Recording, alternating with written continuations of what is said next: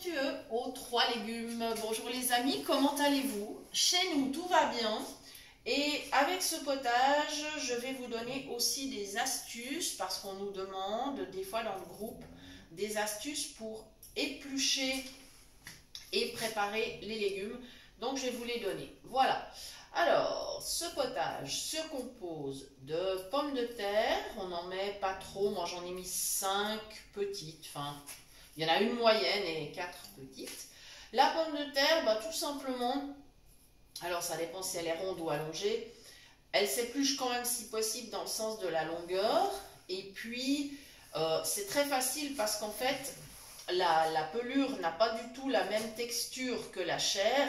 Donc avec les doigts, on peut savoir si on est déjà passé avec l'éplucheur ou pas, et donc s'il faut encore enlever ou pas. Donc c'est assez facile. Là j'en ai une entière, voilà, elle est petite, mais je peux quand même la tenir dans le sens de la longueur.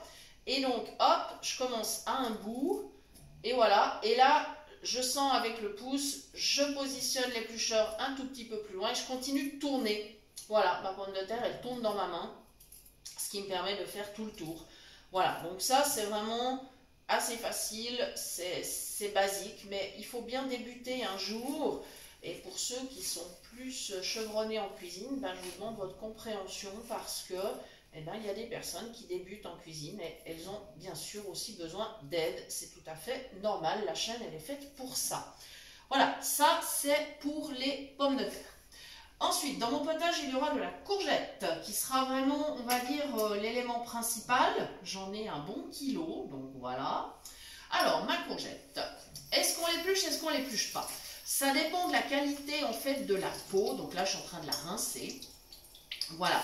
Donc, si vous avez une grande courgette avec une peau très dure, il vaudra mieux l'éplucher, c'est clair. Ici, ce n'est pas le cas. Ce sont des courgettes moyennes. Avec une peau qui n'est pas trop épaisse, donc en fait ça apportera un petit peu d'amertume dans mon potage et donc j'ai pas nécessité d'éplucher. Par contre, si je devais le faire, la courgette elle s'épluche bien sûr dans le sens de la longueur, pareil en tournant petit à petit dans la main. Et comme ça, on peut toujours positionner l'éplucheur sur la couche suivante de peau.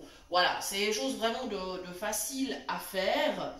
Et je vais continuer donc à enlever les bouts simplement de mes courgettes. Là, je sens avec mes doigts que j'ai un petit bout qui est abîmé. Donc, je vais simplement l'enlever. Voilà, je vais couper tout simplement. Voilà, comme ceci. Et après, je vais les laver encore bien avant de les découper pour mettre dans le potage. Alors, je pourrais découper en morceaux moyens. C'est pas la peine de couper ni tout petit ni grand. Enfin voilà, pour le potage. Plus c'est coupé petit, plus ça cuira vite. Hein. De toute façon, ça, c'est quand même aussi une astuce.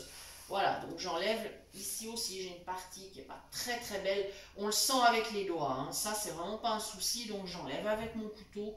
Voilà, tout simplement. Et dans la soupe, je vais mettre encore un navet. Alors, j'en mettrai un seul. Il doit faire dans les, je pense, 250 à 300 grammes. À peu près, hein, comme ça, je vous dirais, d'après le poids, comme je le soupèse. Donc, le navet, il est rond. Alors, je vais couper le dessus. Voilà, il y a une partie un petit peu plus dure sur le dessus que je vais simplement enlever avec le couteau. Voilà. Et puis, alors, avec l'éplucheur, je vais faire comme je ferais avec une pomme. Je vous avais expliqué l'astuce, je crois que les pommes. Moi, j'épluche en rond. J'épluche en rond. Voilà, tout simplement. Et puis, je descends progressivement. Toujours pareil, je sens avec les autres doigts. Pour moi, c'est souvent le pouce qui m'indique si j'ai ôté la pelure ou pas. Et voilà, et je continue, et je continue. Et après, si je me rends compte, toujours avec mes doigts, qu'il y a des défauts sur mon légume, eh bien c'est avec le couteau alors que j'irai simplement corriger tout ça et continuer donc d'enlever ce qui n'est pas beau. La seule chose qui est impossible à faire, disons pour une personne non-voyante, c'est si par exemple il y a des taches mais que ça ne se sent pas sur la peau. Alors là par contre effectivement il faut une personne qui a des yeux, qui peut voir, parce que ça par contre pour nous c'est malheureusement pas possible. Tant qu'il y a une petite aspérité, que c'est abîmé, on le sent. Si c'est juste taché et pas abîmé du tout, ben on le sent pas. Voilà. Par exemple, ça c'est pour le chou-fleur. Des fois c'est compliqué. Le chou-fleur il est bien ferme, il n'a pas l'air d'être abîmé, puis il a des petites taches et ça, on ne le voit pas nécessairement. Voilà. Après, bon, ben voilà, je veux dire, c'est pas non plus dangereux si, voilà, c'est pas comme si c'était moisi ou voilà. Ça, on le sentirait, il n'y aurait pas de problème. Voilà, donc ça, c'est les 3 éléments de mon potage. Alors, donc la courgette, l'élément principal, c'est le légume donc, qui a la plus grande quantité. Quelques petites pommes de terre, ça c'est pour lier, c'est pour que ça soit onctueux justement. Et le navet, ben, un seul navet, parce que le navet apporte déjà beaucoup de goût. Hein, on va dire la courgette c'est plutôt neutre, la pomme de terre, bah oui. Le navet, lui, par contre, il apporte quand même un goût assez fort. Donc, il ne faudrait pas que le navet domine. C'est pour ça que c'est un élément, ben voilà, j'en mets pas trop. J'avais fait l'erreur une fois, quand j'étais jeune mariée, ben ouais, il faut bien commencer une fois. J'avais voulu préparer un pot-au-feu et j'avais acheté des navets, un petit peu en trop grande quantité. Et en fait, mon pot-au-feu, il sentait que le navet. Je vous dis franchement que c'était pas... Voilà, c'était pas terrible. Voilà, donc attention de bien équilibrer quand on fait un potage. Si j'avais mis par exemple du céleri à la place du navet, ben pareil, j'en aurais pas mis trop parce que c'est vraiment des légumes qui ont un goût qui domine énormément.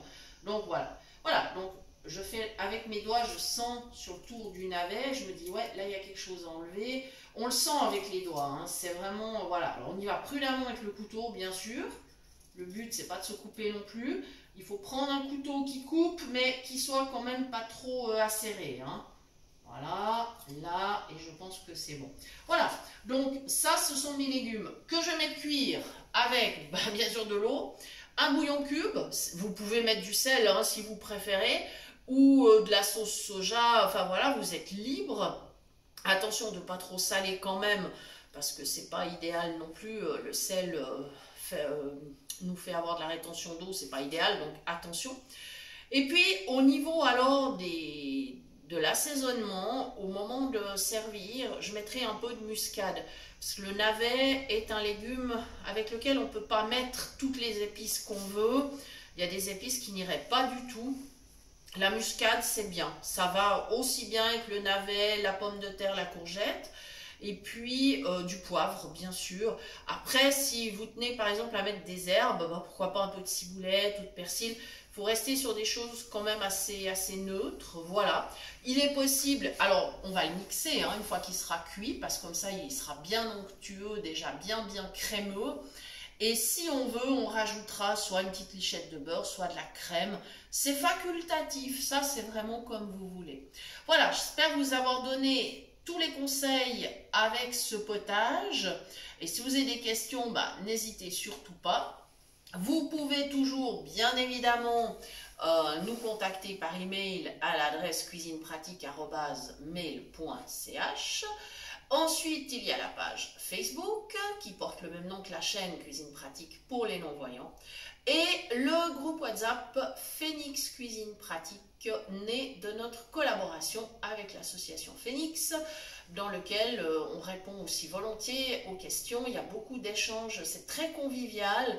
Donc n'hésitez pas, si vous avez envie de rejoindre ce groupe, eh bien n'hésitez surtout pas. Si vous ne le trouvez pas, envoyez-nous un mail. De temps en temps, on vous met le lien sur la page pour pouvoir le rejoindre.